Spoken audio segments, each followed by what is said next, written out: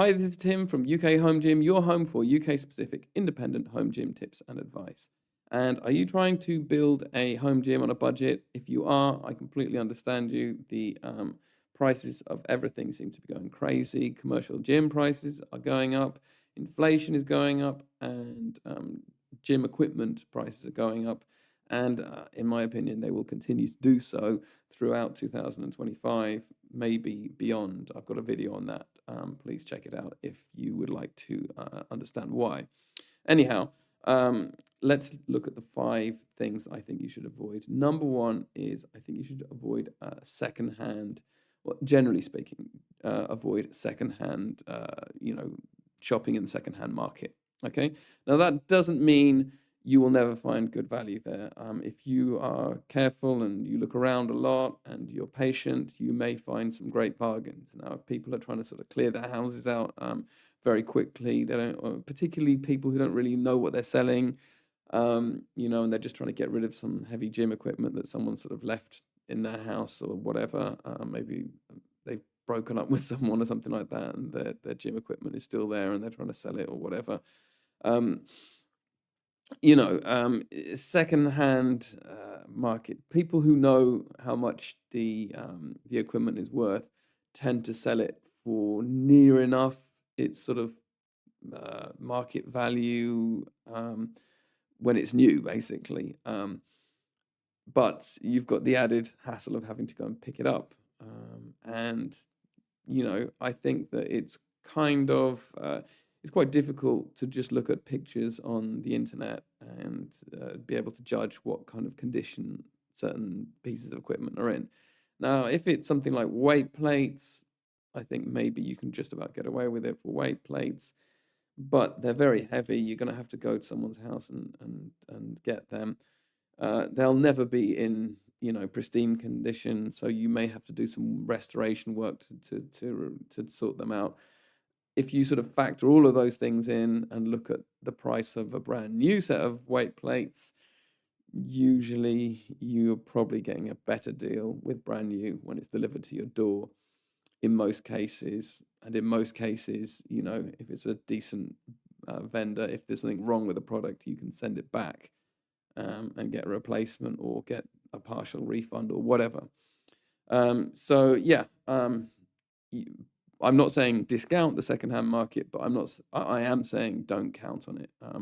Just have a look at, have a look at it. Keep an eye on your local Facebook marketplace or whatever, Gumtree or wherever you would look for secondhand stuff, eBay maybe. But in my experience, there's not much value in that.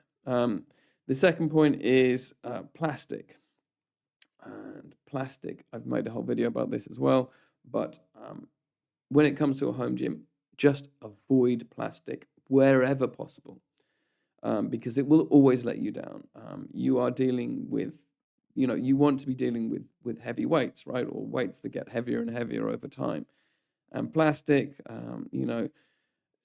it's a wonderful material, but when it comes to putting lots of pressure on it, you're just asking for trouble. So if you get any kind of plastic bars, plastic weight plates, whatever, you are just asking for trouble. The bigger plastic weight plates, the cheapest ones that you can get, the bigger sort of ones, sort of plastic things filled with sand, they're going to take up so much space. They take up so much space on your bar. They're not good value at all. I think you'll end up paying twice. So if you if you decide I'm just going to get the cheapest sort of sort of loadable dumbbell kind of set, whatever that I can get, and you look on Amazon or look on eBay or whatever, and you find these really cheap plastic things, stay away from them. Go to something made of metal instead, because you'll thank me in the long run. It will plastic will break on you, and if you get, as I said, plastic weight plates, they're going to take up way too much space. Like a 1.225 kilogram weight plate plastic one is going to be like that size. Total nonsense. This next point here is quite controversial, and you may disagree with me, but this is my experience. Avoid adjustable dumbbells. I don't think they're good value. I don't think that you can use the plates that they use for anything else, unlike loadable plates, which you can use for DIY cable setups, you can use for barbell works, barbell work. And I think that adjustable dumbbells, my main problem with them is sort of relates to point number two. They use too much plastic in most cases. And again, if you're paying a lot of money for adjustable dumbbells, and they have a warranty for a year or something like that, but there's plastic parts in them, they can break, and I just don't think that, in most cases, if you're going heavy on an adjustable dumbbell, you're going to have to sort of clean it up off the ground, or you're going to have to buy those special stands that they sort of sit in there. The other thing with adjustable dumbbells is they tend not to go up to a particularly high weight. So, that's fine when you're a beginner, but trust me, if you keep doing this after a while, you will find that for certain lifts, the adjustable dumbbells just don't have enough weight on there. I don't think they're good value for money in most cases. Some people swear by them, and if you are one of those people, feel free to disagree. Point number 4 is single-use items. Try and avoid single-use items as much as possible. I'll give you an example. I have a trap bar, and well, what can I use the trap bar for, right? I bought it for over £100, and I bought it mainly to do trap bar deadlifts, which I love doing. I think it's a fantastic exercise.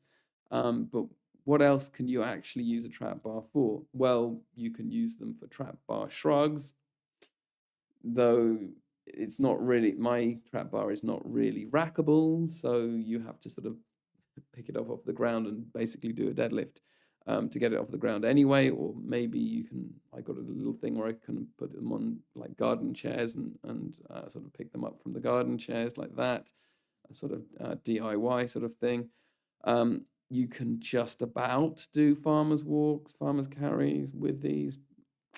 Not ideal. I'd rather use like a proper handles or maybe like even dumbbells or something like that for this. But as I'm saying, this trap bar takes up a lot of space in my home gym, which is quite a small space. It's in my single car garage.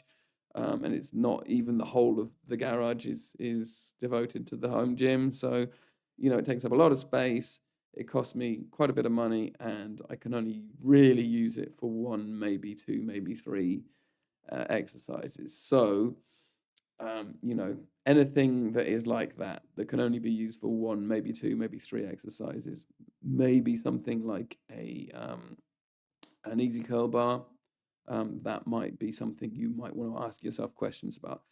Look at the item and think, can I use this for multiple lifts? And if so, it's a good value item. And the final point is safety. No matter what kind of budget you are on, do not compromise on safety, and particularly on squat racks. I think that you can, with most other pieces of equipment, you can sort of find a budget option. But for squat racks, you need a certain design, you need a certain sturdiness, and I don't think that you should, take any risks, because if you are on your own in a home gym, and you will be much of the time when you're working out, there's no one to call for help if you get stuck. And it makes me kind of nervous whenever I see people who have home gym setups with just squat stands.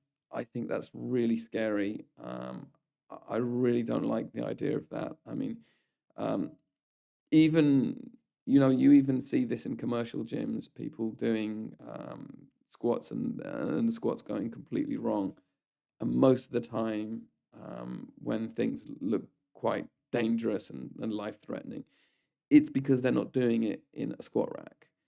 So if I fail a squat in my squat rack, and if I fail it and the bar goes forward, it's gonna hit the safeties.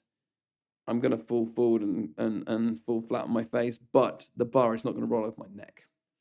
And there are a lot of people who know how to exit, how to bail out of a squat safely, but it may be that you even though like you know how to do it, you may not be able to sort of execute that, and it may be that the bar falls forward. Another lift that I think is really you need to be really careful with is the bench press, particularly if you're doing this on your own. You don't want to get caught underneath it. Fine, if you're not going to use clips, maybe you might be able to bail out of it that way. But I just think that's too much of a risk. I'd rather have the safeties. I'd rather have the safeties actually quite high and just come down to the safeties if I fail the lift, and then I can fail and there's not gonna be a problem there. I think that whatever budgetary decision you make should never compromise on your safety. Your safety, it should be number one, and I think that really particularly comes to the fore when choosing a squat rack, or choosing whether to buy a squat rack at all. I say get one. There are some budget options available. No brand versions available, but just make sure it looks like a sort of a proper cage or a half rack where you've got safeties that can sort of come out at your sides when you are doing squats and bench press. Well, that's it. Those are my 5 red flags to avoid if you are building a home gym. I wonder what your thoughts are. Maybe you can think of a few others, or maybe you disagree with some of the red flags I've pointed out here. Please let me know in the comments if that's the case. Please remember to like, share, and subscribe. That really helps me to grow the channel. Please also check out our website. That's ukhomegym.com. And I'll see you next time on UK Home Gym.